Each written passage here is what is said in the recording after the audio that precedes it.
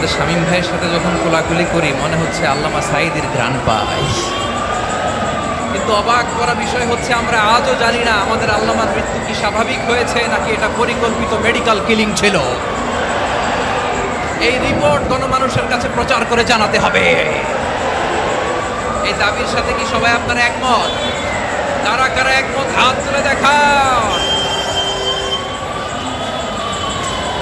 হযরতুল আল্লাহ শহীদ মরহুম আল্লামা দেলওয়ার হোসেন সাঈদী রাহিমাহুল্লাহ ওনার স্মৃতি বিজড়িত আজকের এই ঐতিহাসিক প্যারেড ময়দানের তাফসিরুল কোরআনের প্রোগ্রামে সব আছে। স্টেজ আছে, শ্রোতা আছে, প্যান্ডেল আছে, মিডিয়া কাভারেজ আছে, কিন্তু আমাদের কলিজার টুকরাটা আমাদের মাঝে নাই। আজকের এই প্রোগ্রামে আলোচক হয়ে এই চেয়ারে আমি না বসে শ্রোতাদের কাতারে বসে যদি আমাদের আল্লামার নুরানি চেহারার দিকে তাকিয়ে ওয়াজ শুনতে পারতাম, আমাদের হৃদয়টা ঠান্ডা হয়ে যেত, আমাদের তৃষ্ণার্ত হৃদয় শান্ত হতো। সব আজকে আছে, কি যেন নাই, ঠিক কিনা বলেন? আল্লাহ তাআলা প্রতি 100 বছরে একজন মুজাদ্দিদ পাঠান, প্রতি 100 বছরে একজন মুজাদ্দিদ যিনি সমাজকে সংস্কার করেন। আল্লামা দেলওয়ার হোসেন সাঈদী রাহিমাহুল্লাহ ছিলেন তেমন একজন মুজাদ্দিদ। চিৎকার করে বলেন ঠিক কিনা? উনি শিরক বিদআতের আস্তানাকে তছনছ করে দিয়েছেন, তাওহীদের বাণীকে সমুন্নত করেছেন, গণমানুষের কাছে তাফসিরুল কোরআনকে জনপ্রিয় করেছেন। আজীবন তিনি ইসলামকে বিজয়ী শক্তি হিসেবে দেখার স্বপ্ন দেখতেন।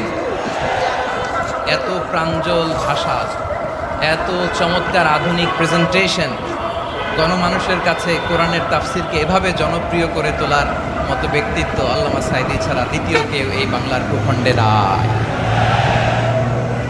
এই যে তাফসিরুল কোরআন, এই যে টার্মিনোলজি, এই টার্মটাই উনি আসলে জনপ্রিয় করেছেন। আমরা আগে জানতাম না যে এভাবে তাফসির করা যায়, এভাবে scientific indications of the Holi কোরআনকে মানুষের কাছে পেশ করা যায়, এভাবে এত জীবন ঘনিষ্ঠ করে, এত ইন্টারেক্টিভ করে কোরআনের কথাগুলো মানুষের কাছে উপস্থাপন করা যায়। উনি অন্যায়ের বিরুদ্ধে সবসময় সোচ্চার ছিলেন, প্রতিবাদী কণ্ঠস্বর ছিলেন। ওনার আলোচনা শুনলে দেহের রক্ত টকবক করে ফুটতে থাকতো। আল্লাহু আকবার, আল্লাহু আকবার, আল্লাহু আকবার। He was a strong mouthpiece of Islamic revivalism. Islamic জাগরণের স্ট্রং মাউথপিস ছিলেন আল্লামা সাঈদী রাহিমাহুল্লাহ।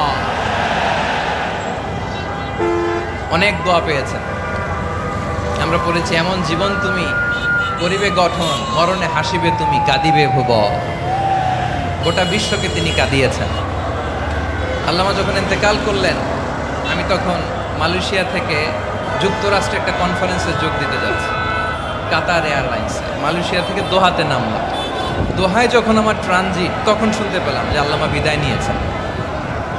সোশ্যাল মিডিয়ায় শুনে বিশ্বাস করতে পারলাম না। মুহূর্তের মধ্যেই মাসুদ সাঈদী ভাইকে মেসেজ করলাম, উনি কোনো উত্তর দিতে পারলেন না। মাসুদ ভাইয়ের সাথে যখন কোলাকুলি করি, আমাদের শামীম ভাইয়ের সাথে যখন কোলাকুলি করি, মনে হচ্ছে আল্লামা সাঈদীর ঘ্রাণ পাই।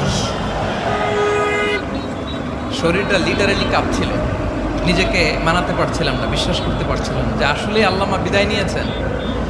ইন দ্য মিন টাইম আমার সেকেন্ড ফ্লাইট দোহা টু নিউ ইয়র্ক, 12 ঘন্টার ফ্লাইটে উঠলাম, ইন্টারনেট থেকে বিচ্ছিন্ন হলাম। নামার পরে শুনলাম আল্লাহু আকবার, যেখানে ওনাকে কবরস্থ করার কথা ছিল সেখানেও কবর দিতে দেয়া হয় না। ছবিগুলো দেখতে লাগলাম, হাসিমাখা মুখ, হাসিমাখা নিথর দেহটা, মরণে হাসিবে তুমি, কাঁদিবে ভুবন। From east to west, from north to south, the entire globe, গোটা বিশ্ব ওনার জন্য কেঁদেছে, গোটা বিশ্ব কেঁদেছে। কাবার গিলাফ ধরে ধরে মানুষ চিৎকার করেছে। এর চেয়ে শ্রেষ্ঠ মৃত্যুকার হতে পারে? আমাদের আল্লামার আর কি পাওয়ার ছিল বলেন? আর কি পাওয়ার ছিল? কুল্লু নাফসিন যায়িকাতুল মাউত, যারাই দুনিয়াতে আসবে তারা ইন্তেকাল করবে, এটা আমরা মেনে নেই, এটা আমরা জানি।